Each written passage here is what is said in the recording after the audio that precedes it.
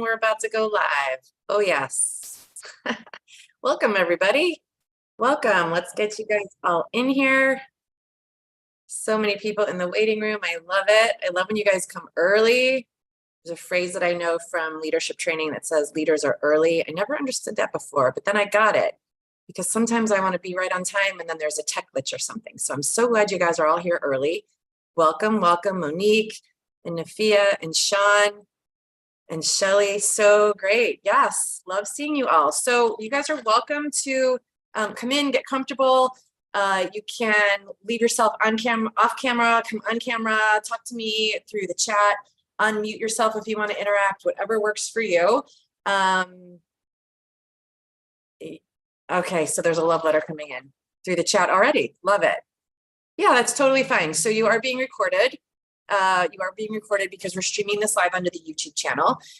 You do not have to show your face or your voice if you want to keep yourself private in that way, absolutely. And you can also pop in and out if you're comfortable with that. But yes, we are recording. We're streaming onto the YouTube channel so that you can all see this on a replay if you want it, especially if you haven't been here live for today. So welcome, for those of you who are here, welcome to Practitioner Training Tuesday. It's one of my favorite hours of the week. I love being here with all of you. If you're new here, I'm Gina Schatz. I'm the developer of the Schatz Method. I'm both a movement and manual practitioner. This is my 30th year in the industry. So if you're doing the math, by some face, yeah, I started as a child. No, just kidding. But no, we just work in a really healthy industry. So yes, this is my 30th year and I've learned a lot along the way. And what I love to do now with all that knowledge is to share that with my colleagues, with my practitioners. So here you are, and thank you for joining me. If you're back again, I love that you keep coming back. I love that you keep investing in yourself and in your clients and in the work that you do by, continuing to absorb more knowledge and increase your skill, because we're here to be in service. And whether we're at it for 30 years or 30 days, if we have chosen the body as our muse, this is an endless topic, this magnificent thing that we've all been gifted. It's an endless topic. There's no one on the planet that knows it all. And that means that we get to be committed to furthering our education day after day, year after year, as long as we're here to be in service to the body. So that is my personal value system on it. And I love that you share that with me. That's why you're here too. Or maybe you're just here to check out to see if I have anything of value for you. I certainly hope so. What my intention is here on Training Tuesdays is to pour into you for about 20 to 30 minutes with a topic of anatomy or physiology or functional anatomy or clinical work or something that is on my mind and on my heart for the day. And then for the last half of our meeting time together, my intention is to answer your questions directly, which can be related to the topic I bring up, or you could come already prepared with your questions. Again, you can ask those questions live. By coming off mute, you can type them into the chat. Whatever works for you, it works for me, right? I'm here to answer the questions. I will say that from the beginning, if you've not been here before, or if you have been here before, it's just a good reminder that I can't give you anything specific, and I can't specifically talk to you about any particular client, but I can certainly brainstorm with you about that. It's unethical for me to treat a client that's not in the room with me. Laura Thomas in the house. Happy New Year. It's so great to see your face.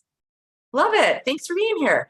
We just got started. Laura, I know you've been here many times before, so you're keen on what we're up to today. And of course, Q&A at the end. So if you've got any questions, Laura, your questions always light me up because they're complex and juicy and I love them. But if you don't have a complex question for today, that's also okay. It could be easy on Gina. There's no question off the table. I just want to say that. So here's what's on my mind for today, loves. Here's what's on my mind for today. I could talk endlessly about anatomy. Again, body is our muse. I can talk endlessly about the body, physiology, functional mechanics. In fact, I can't believe that people actually come to me to hear that, because it just feels like such a delight to be able to talk about that endlessly and have people interested. I love the topic. And today, something specific came up that's not directly related to anything physiological or anatomical per se. And that is, I was listening to a little background music on YouTube, like I like to do, something that's, kind of like if you're a massage therapist, it's the music that we would put in a treatment room, something without a beat so that our conscious brain doesn't pick up a thought and run with it. we like to create that atmosphere for our clients so that they can just completely let go and be open to whatever's there. And I like to let go of what's on my mind. I usually have a lot running on my mind when I'm sitting at my computer. And I want to be open to new inspiration because I don't really believe that I have all of the knowledge. I believe that I'm open to receiving it. So I had one of these music videos, if you will, playing on YouTube, and a commercial break came in, which then brings you right back to your conscious brain. And this commercial break was for massage therapists. And I thought, ooh, I must have said the word out loud. The algorithm must have heard me say the word. And now I'm being targeted with massage therapy commercials. Okay, cool. I'll listen. And because it's in our industry, I thought, I'm going to just be respectful. This person put a lot into their commercial. I'm going to listen to this commercial. Due respect, right?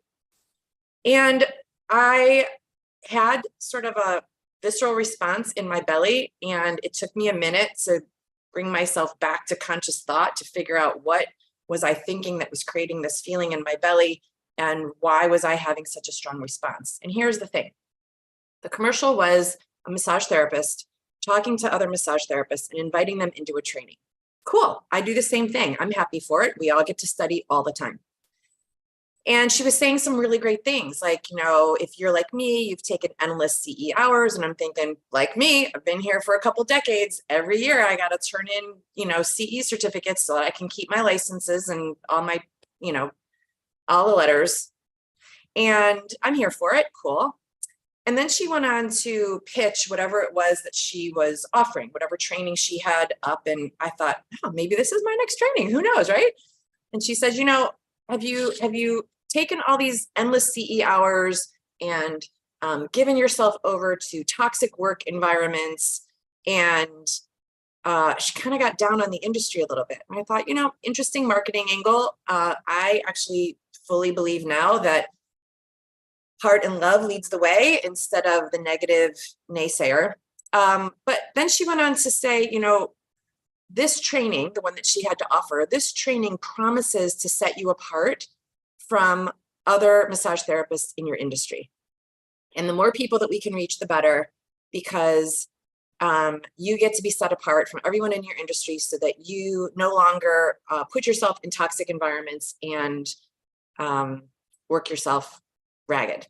And I thought, well, that's super interesting because I'm sure that the goal for her is to fill her program to reach as many practitioners as possible. Because when you're on a mission to pour into practitioners, at least I am, my mission is to reach as many of them as possible because there are not enough of us to serve all the people in the world who really could use our support. So the more people, more practitioners that we can up level, the more help everybody gets. And so that's what I'm here for.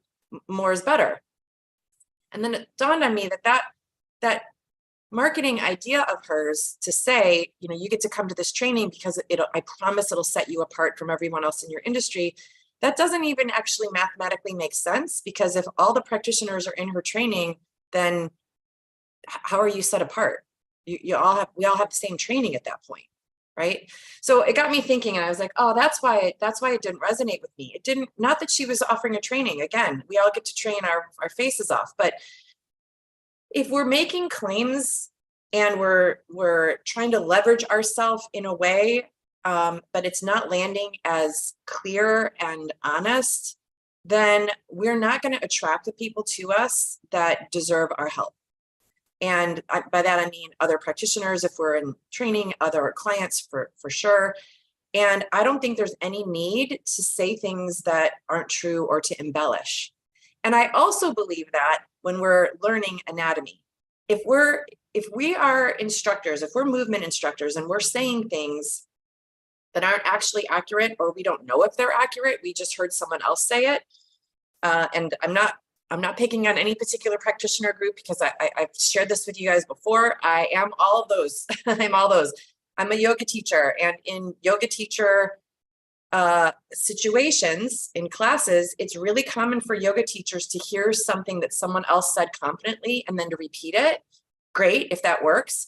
But my question for practitioners, yoga practitioners, specifically when I'm training them is, how do you know that that's accurate? Like based on what? Talk me through what you know about the anatomy and alignment and function so that I know that what you're sharing with me makes a lot of sense. And more importantly, not just me testing you. But more importantly, what if the student or client that you're serving doesn't understand what you've said?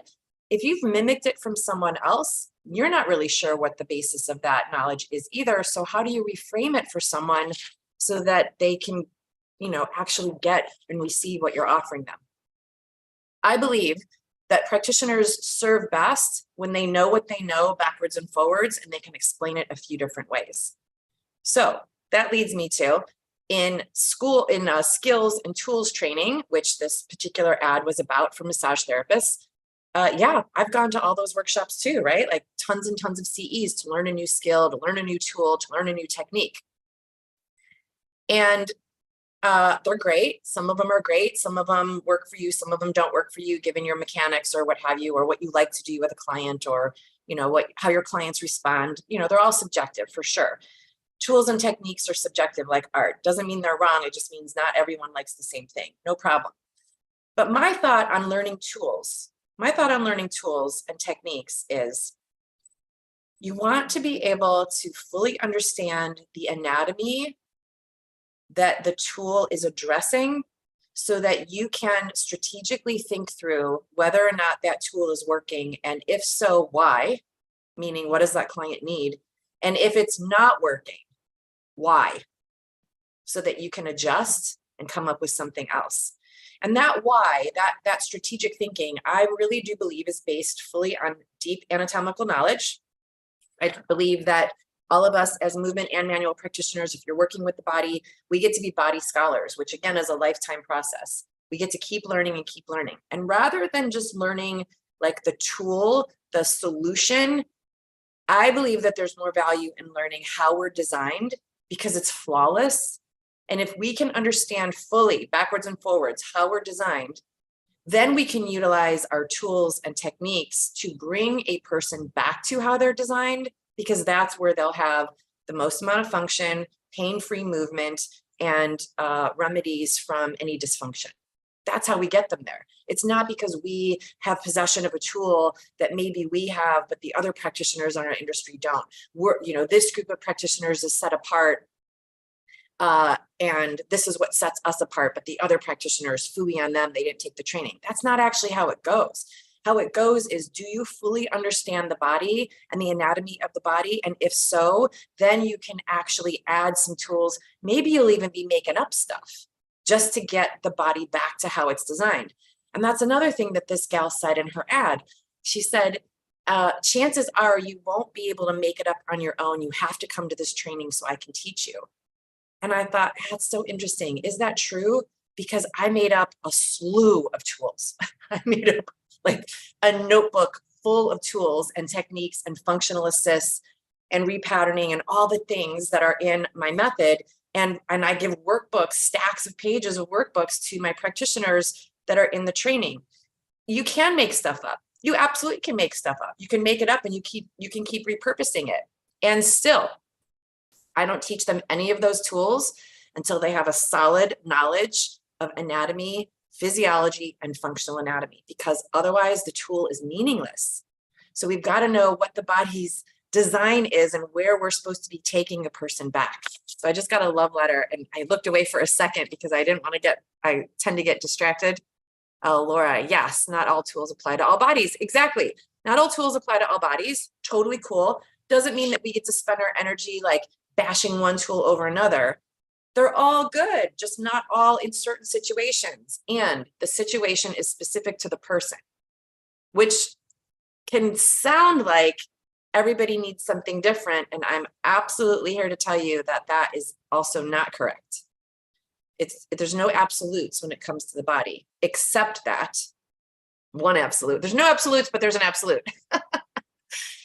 We are all designed the same. We all have the same shoulder joint. We all have the same hip joint. We all have the same musculature. And there are nuances of differences and distinctiveness between us for sure. But we're all born with the same body parts. And if we can continue to use that as a foundation, it will really support us. And I've been in conversations with folks, other practitioners or anatomy trainers, who are like, no, that's not true. Everybody's different. Everybody's yoga practice looks different. Everybody's, sensitivity to touch with massage is different. I get it. And I will tell you, the method that I have is trademarked. And what that means is I had to go through a proving, right? I don't know if that's what they called it. I can't remember what the legal term is for it, but I had to sit down with attorneys and describe to them what I do and how it's different.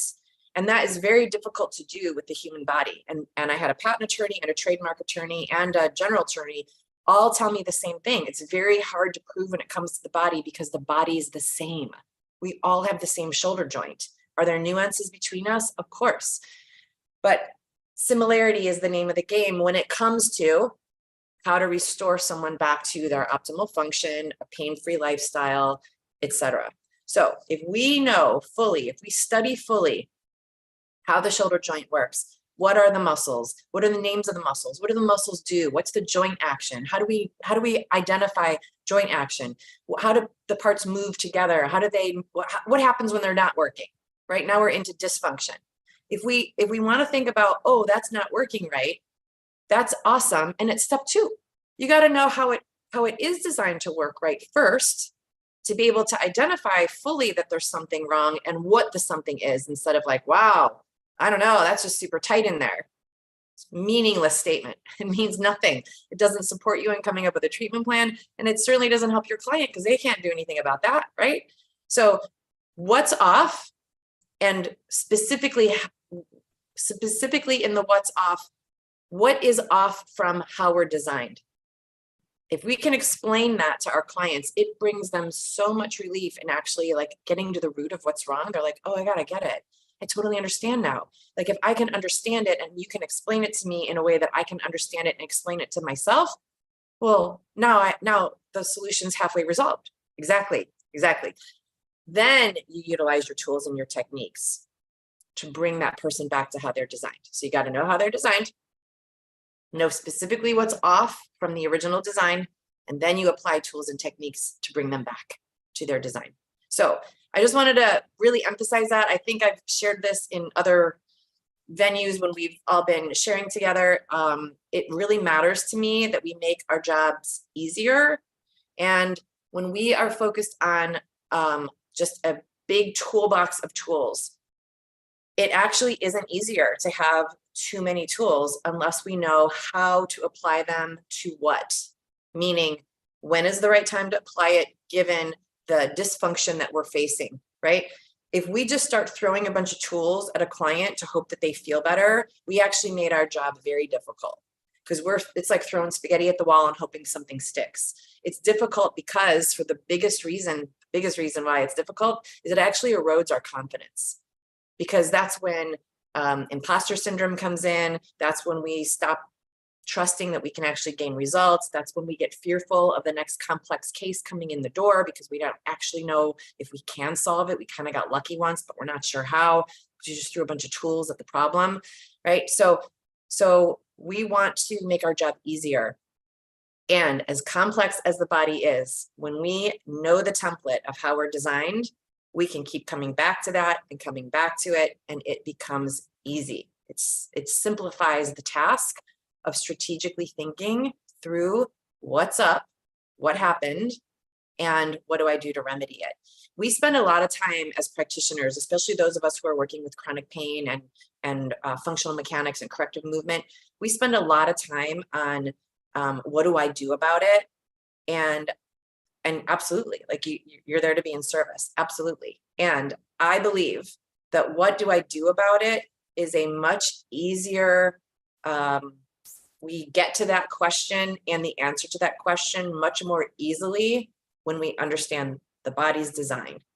And yeah, I've seen it over and over again in our mastery program where practitioner will come in and let's say, oh, I have a client who came in, they had XYZ, and I tried ABC and it didn't quite work. And what did I miss? And we go back to what's happening at that joint. What is the muscle that does that job? What is the design that you're addressing? What part of the body?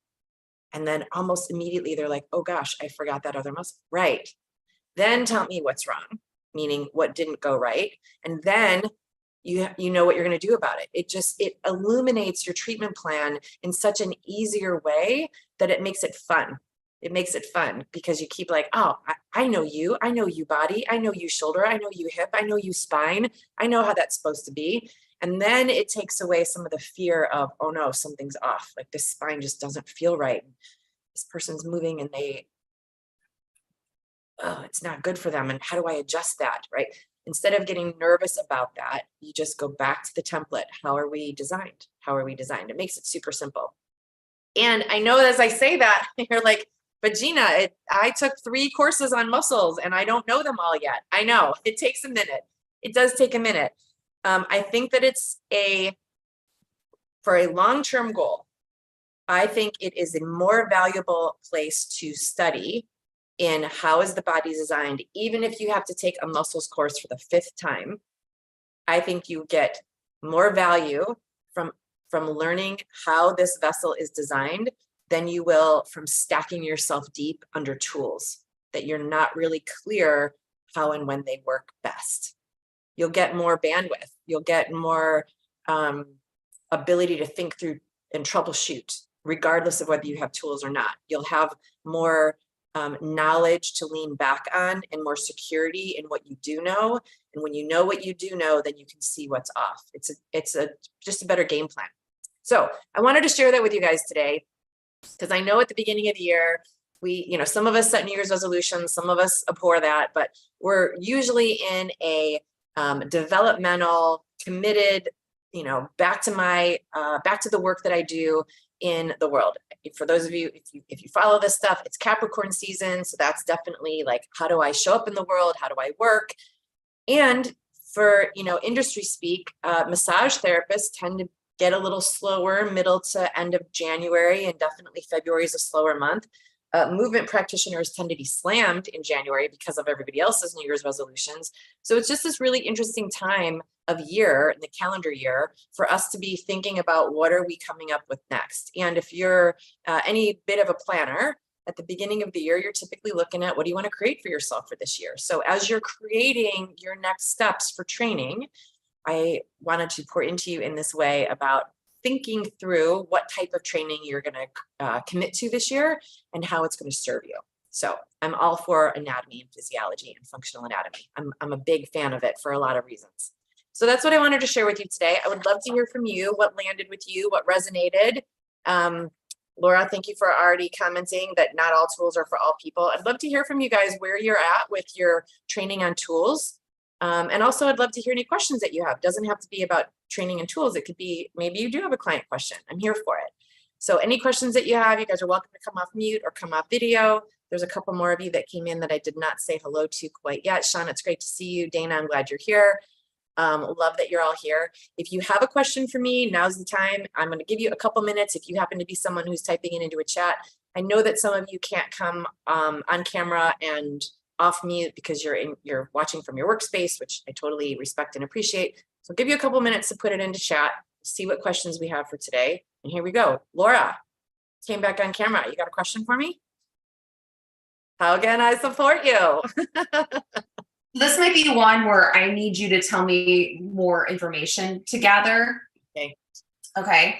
So I have a client who in the summer, like late summer, was working on building like a shed in his backyard. So he was in this type of position, right? Where he was like using a hammer, and then I'm guessing he was on like a roof. So he was like supporting himself with his other arm. And he's been having like pain. It's kind of started in the elbow and then it's kind of traveled up more in the bicep. And it's just like it feels like a strain or some type of just a nagging. It's not like chronic. It's not like it prohibits him from doing things. It's just like one of those things that's kind of annoying. So I guess my question for you is maybe what type of information, or maybe if there's some type of movements. I mean, he can do elbow flexion and extension fine. I showed him a little bit of like a release with a like a tune-up ball, but I guess maybe is there any type of maybe movement screen or something that I could work with him on? Again, a tool, but not something that's like a tool, like tangible. to see kind of like what's going on and maybe trying to figure out where this is coming from and if he needs to be referred out to like somebody that's more, along the lines of like yourself or orthopedic or something like that. Okay, awesome. So the way I troubleshoot, which I know you know, Laura, and for those of you who I see some new names here today. So the way I troubleshoot is by asking questions. Right. So a couple questions come to mind right away, Laura. So you said that he has elbow pain. Is it that same elbow as the one he was using? Because you showed me your right and then pointed at your left. So it's not his dominant arm. That's what's interesting. It's not the arm that he was using to like hammer and stuff. It's the arm that he was using for more of like the support. Okay. So he was supporting himself with that arm. How was he supporting himself?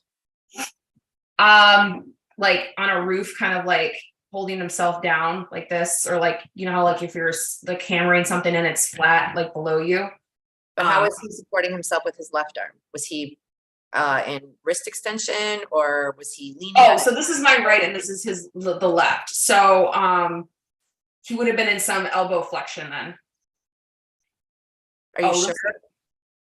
Yeah, I'm pretty sure. I could double check, but I'm pretty sure. I'm going to make a note.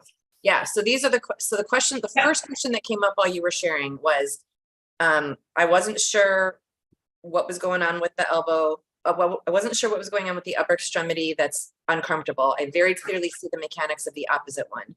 And then I heard you say, so I'm guessing he was up on a roof and maybe supporting himself some way. And for me, right away, I hear a gap in your understanding about what he was doing mechanically. So if there's a gap, we can't solve it. So I actually ask my clients, I know you do this too, but specifically with this dude, show me the position you were in. Okay. Where was your leg? Where was your arm? Were you leaning? Were you this? Like, get your brain inside their body and imagine what that joint was doing and how much tension was on any particular soft tissue, tendon. Like, it all gives you information. Yeah. Right. So right. I'm just making up something, right? If he had too much torque on his support arm and he might have slipped once or held on too tight.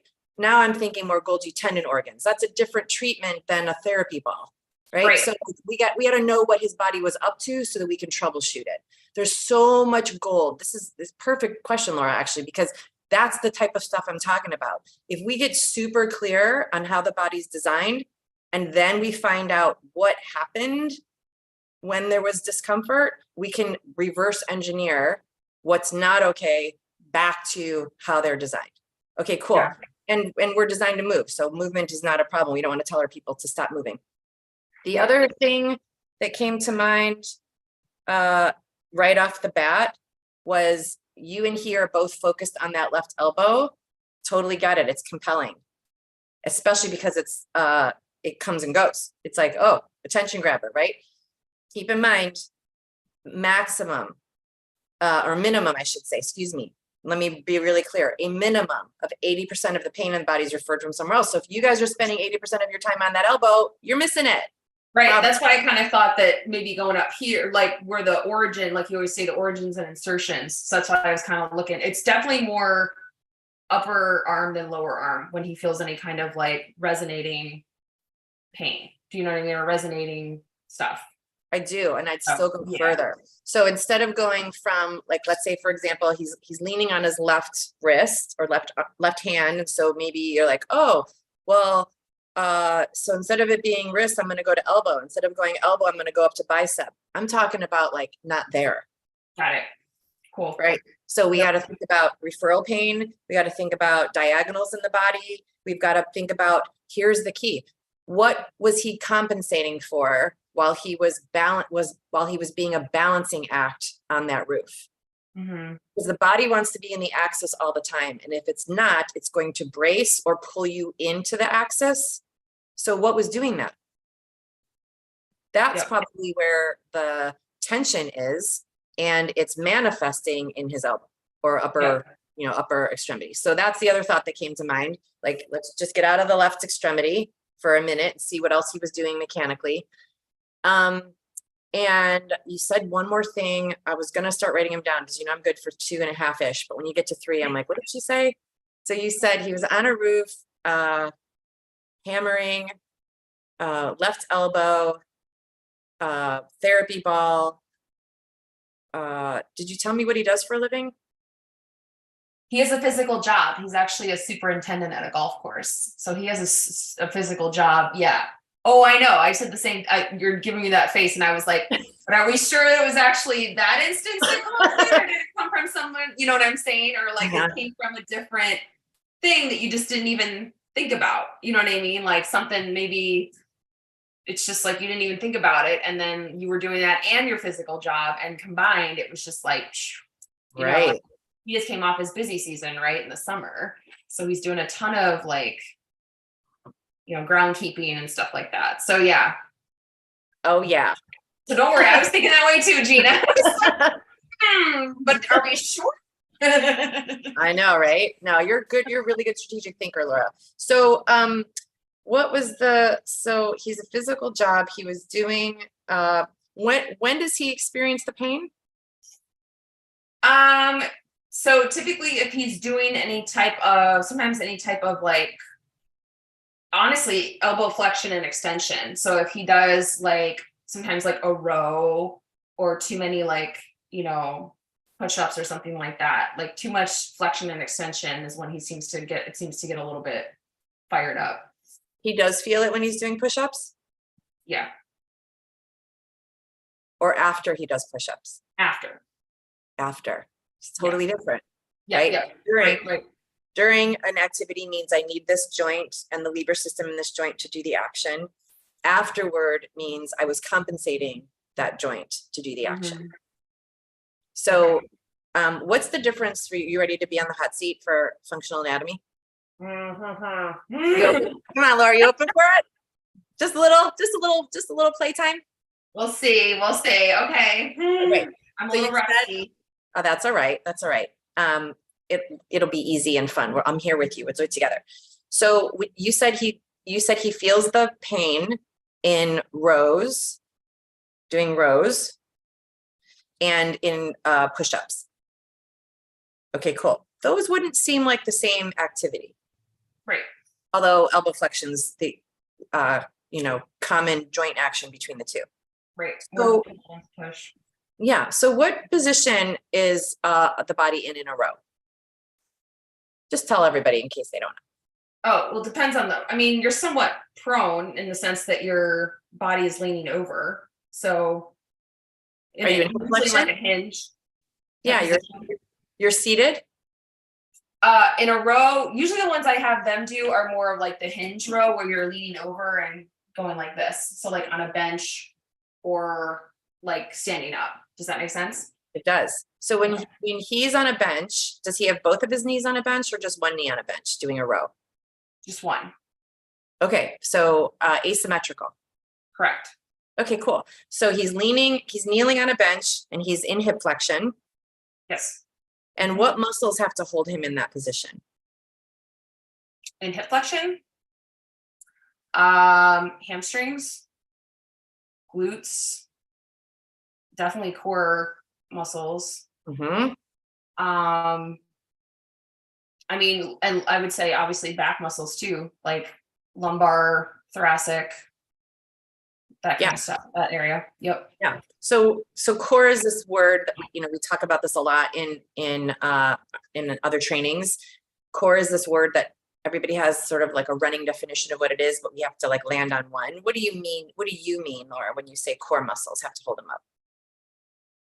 I mean, like the whole soup can that goes around not just like this front, like our 6-pack. I'm talking about like the whole soup can / they call it also like corset of muscles that goes around that part of the body. So like TVA, obliques, all that stuff. Yeah, exactly. Corset. TVA is definitely the corsetter, and obliques have phasic action. TVA is the intrinsic action, which is the key. The intrinsic action, all muscles that are intrinsic have 2 jobs: posture and balance. Yep. So if he was straddling a roof and holding himself up, he was needing an inordinate amount of intrinsic strength to do that so he didn't fall. And when he's in a row, folded forward in hip flexion, What keeps him away from gravity so that he doesn't face plant are intrinsic muscles, not phasic muscles. Mm-hmm. So now I'm seeing, oh, we have an intrinsic pattern here, because what muscles do you, hey puppy, what muscles do you exercise in push-ups? I mean, that's also core. Yes. You can't do a push-up without having good core strength, or Right. a full-on push-up, I would say. Exactly. And then I would say pectoral muscles, shoulder. Right. So push-ups, the phasic action would be your pecs and your shoulders and your bis and tris for sure. Rows, phasic action, same thing, shoulders, bis, tris, and then legs because they're holding you up as well. But the common denominator between the two of them are the core muscles, the intrinsic, specifically the intrinsic muscles. And those are the muscles that he had to have to hold him on that roof, even before you were positive of his body mechanics up there. That makes sense. Yep. So that's the group of muscles that's common between those two functional movements. Mm-hmm. And it looks like it's the elbow, but it's not the elbow, because we know that from the referral equation. Referral pain, you know, most of it is referred from somewhere else. So where? So you also said, you know, the sucan, you called it the sucan, that's super cute. The sucan muscles, the intrinsic core muscles, and the muscles along the spine, which are also intrinsic. Some of them also have some phasic action. I have no idea because he's not here and I can't make any assessments in that way. But if he were a client who called me on the phone and said, this is what's going on, I would automatically start looking at the alignment of his lumbar spine. Well, that's where he just seems to have pain anyway. So, whoa, did we hit it on the bullseye? Yeah. And that's something I've been on him about for a long time. I'm like, dude, you might need to go like see somebody. I mean, he's had lumbar pain forever. I mean, it's not, again, it's, you know, it's one of those people that I'll just live with it kind of stuff. And I'm like, but you know, like some people like to blame things on like genetics and all this other stuff. Like, oh, my parent, you know what I'm talking about though. Yeah. Like my so-and-so had it, so I'm going to have it too. And I'm like, but you can do it differently. You know what I'm saying? You can go about it a different way. Right. That's where I usually am like, yeah, like my knees aren't great. My mom has not great knees, but I'm also doing things differently than she did. So it makes it different, right? Yeah, genes don't have to express themselves. So it's, you know, what storyline do you want to be in? A lot of times people will use the genetic conversation because they're afraid of the work that they have to do, or they have told themselves that there isn't a solution. So they're finding a way to be okay with it. But if you know there's a solution, then you just get to enroll them in the possibility of them having what they want, and then get on with it, right? And just be really positive that you can get on with it, so that we don't enroll them into something that they're excited about only to leave them not resolved, right? And so that's where the confidence of the practitioner comes in. But so super interesting, Laura, when you have him in those rows, what's the quality of the four curves of his spine? I'm going to have to, I haven't seen him in a little while. I'm going to probably take some videos and some photos when I see him next week. I'll see him on Wednesday. Usually he's you said thoracic? No, I said the four curves of his spine. Oh, I'm sorry. Before, when you were saying like where the issue, you said lumbar, I think. Yeah. I would say he's more like rigid, like flat backed, if anything, like too flat backed, not like a natural curve. Okay. So when there's a diminished curve in the spine, what does that mean is happening to the paraspinal muscles? What did I just ask you? What the heck? Well, they're not probably doing the job that they're supposed to. Well, does that throw off like the stabilizers and mobilizers of them, like the jobs that they're supposed to do? So for example, like if the thoracic spine is notoriously known as a mobilizer, does that mean that it's not doing it's not mobilizing in the way it should? I'm curious about what you just said. Thoracic's known as a mobilizer. What do you mean by that? Well, like when you think about like a joint by joint sort of approach, like the lumbar is known as like a stabilizer, the thoracic is a mobilizer, and then the cervical is also a mobilizer. Actually, the cervical is kind of, a mobilizer at the very, very top. But I was just curious if that has something to do with it, or if you're talking about something completely different. I'm talking about something completely different. I wish my anatomy book was here. I would show you, but there's no need for me to show you my book because again, this goes back to what I said at the earlier part of our talk today. In the spine, there are 4 curves. There are 4 curves that balance each other. That is the design. We all came that way. We're all meant to stay that way. So whether CE has told you about a technique in any one of the regions of the spine, that's cool and interesting. But unless you have 4 balanced curves, there's no technique that will work. Because again, we got to go back to the way we're designed. Mm-hmm. So if we're in movement, if our client is in movement and they're doing that without 4 balanced curves, that is a functional discrepancy. They may not have pain right away or discomfort right away, but that is not functionally correct to move without 4 balanced curves. Yeah, makes sense. For sure. And what I mean specifically for those of you who are like, what, Gina, I want to debate that. I mean, if I'm moving my arms, there's no reason for my curves in my spine to be distorted.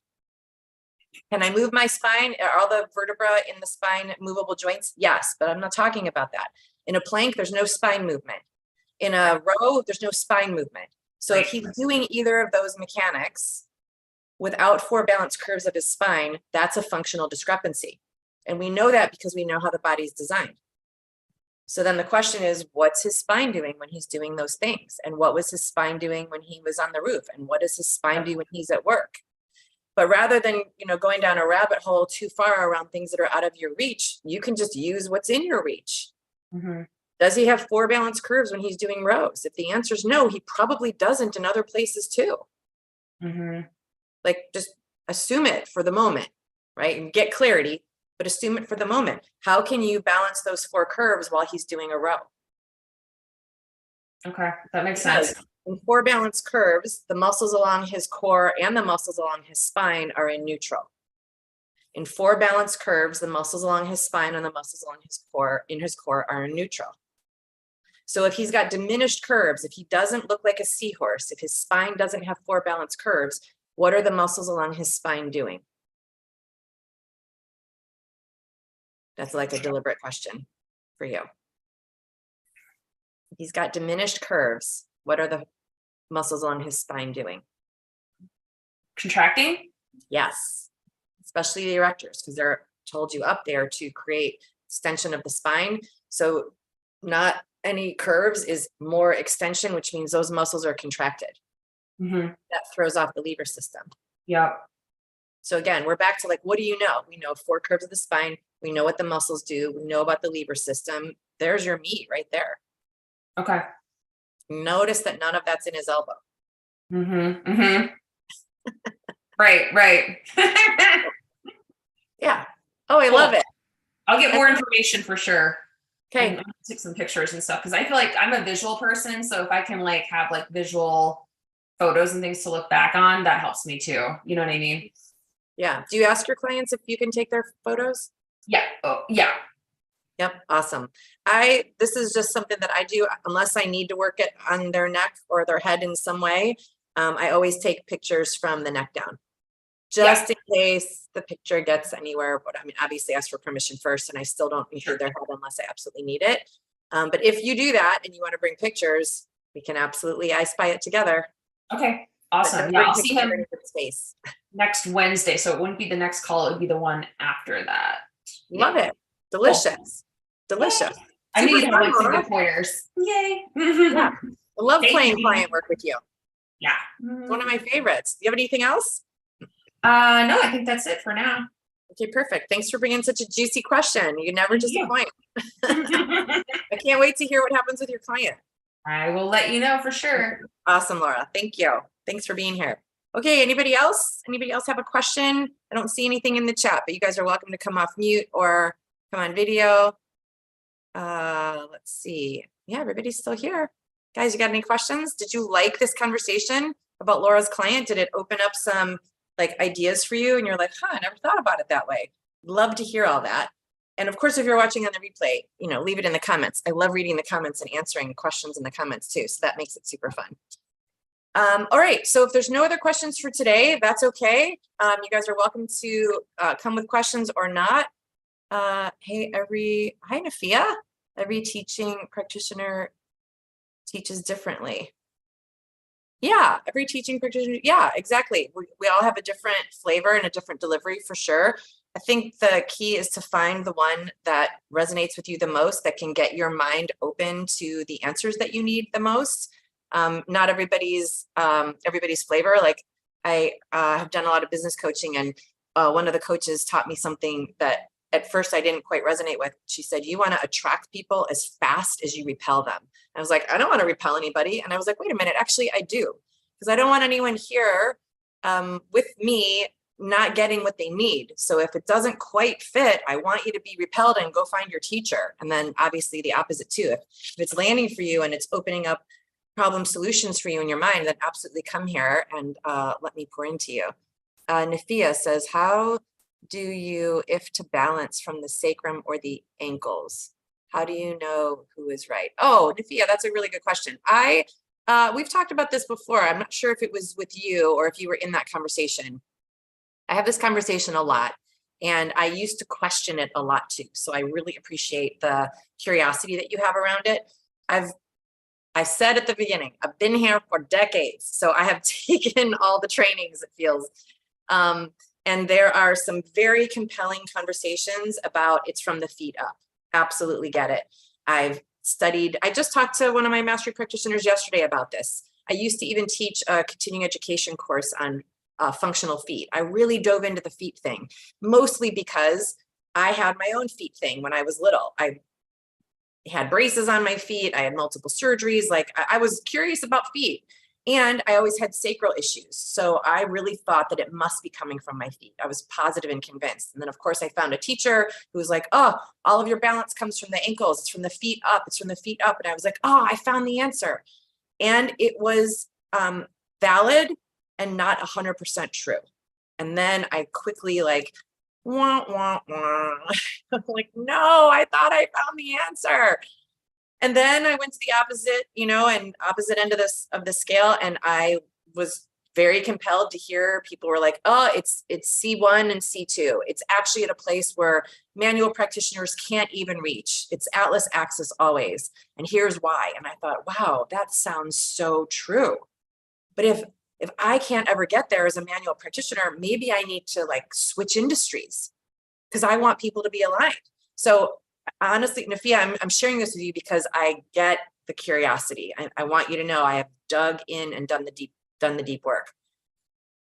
I'm not exactly clear when I got the wave of inspiration that it was sacral related, but it is.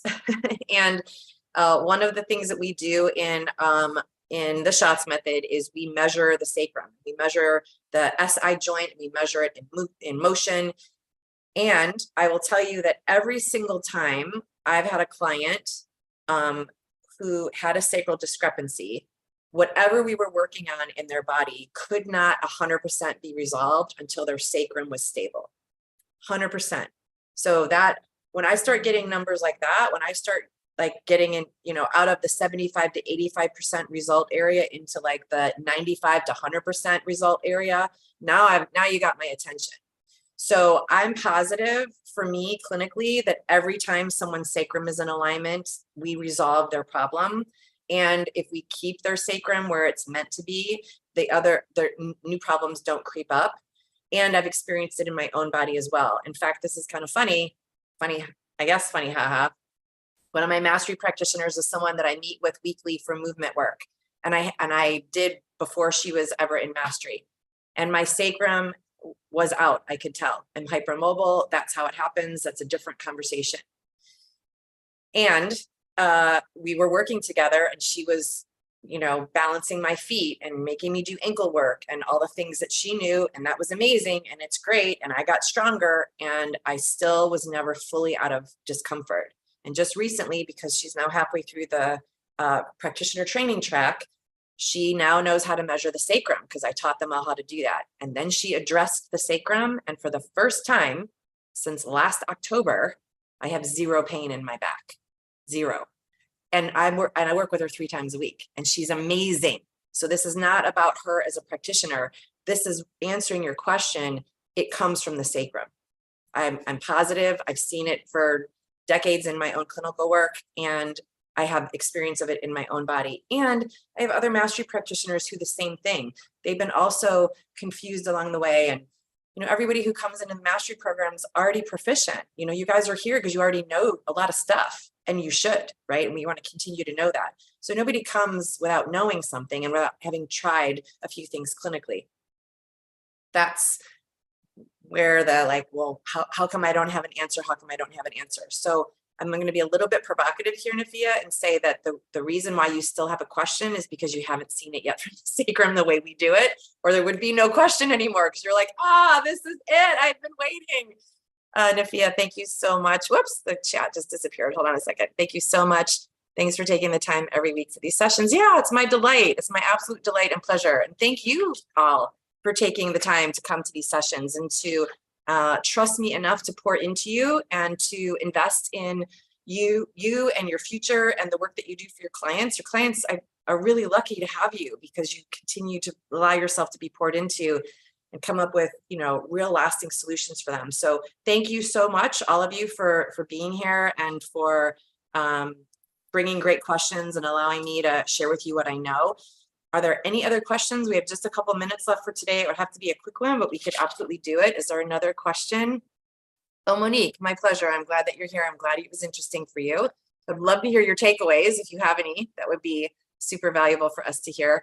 And also wanted to make mention here for those of you who are new, if you ever have a topic that you want me to cover, I'm open to suggestion. It doesn't have to just be Gina's agenda. Oh, that almost sounded poetic.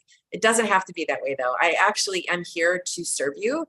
So if there's something specific that you want me to cover, I really want to know what that is, and I will absolutely cover it. Okay, so if that's all for today, if we've answered all the questions on everyone's mind for today, that's perfect for me too. If you are watching this on the replay, perfect. Happy to have you. You're also welcome to ask questions in the comment section. If you haven't already and you want to subscribe to the channel, I know it sounds like I'm like an internet marketer, but if you haven't already and you want to subscribe to the channel, you'll get notified when we go live, and you'll also get notified when there's a video to watch. I know there's no perfect time in the day for those of us who serve other people to be awake and also not be with a client. So a lot of you do watch on the replay, and I totally appreciate that. When you're watching, if there's something here that you think would serve another practitioner, we get to rise up together. So please feel free to share this with someone that you know as a colleague that would be open to the information. Sometimes clients also find the videos too, but whoever you think would be supported by this information, I welcome the shares. And with that, it was a delight to see you today. Laura, thank you for bringing such a juicy conversation. Can't wait to hear what happens with your client in a week and a half. He's not going to know what hit him. So glad for him. And for the rest of you, thank you so much for being here. I will see you guys again next Tuesday for Training Tuesday. Have a great week.